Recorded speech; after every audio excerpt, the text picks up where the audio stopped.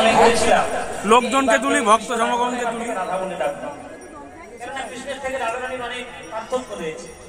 কৃষ্ণ কালো, রাধারানী কালো না। কৃষ্ণ বাঁকা, রাধারানী বাঁকা না। কৃষ্ণ পড়াশোনা অত ভালো করে শেখেনি, আবার রাধারানী কিন্তু একেবারে সর্বজ্ঞানী পণ্ডিত।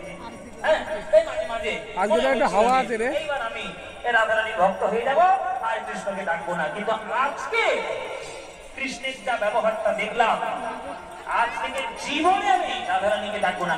রাধারানীর থেকে বড় মা কালীর পুজো করবো।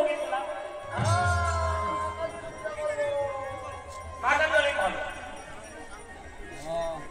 শাড়ি বলছে সুখ, রাধারানী থেকে মা কালী অনেক ভালো। বলে হ্যাঁ অনেক ভালো। মা কালী অনেক ভালো কেন? হ্যাঁ বলে রাই পাশানি হতে ঈশানী ভালো, পাশানি হতে হরিবল ভালো, রাই পাশানি হতে ঈশানী ভালো, পাশানি হতে ভালো। আগরটা দেখে নেই, দামি আগর। পাশানি হতে ঈশানী ভালো, পাশানি হতে ভালো, ভুগলে যদি মনে রাখে। গান করে গাইব।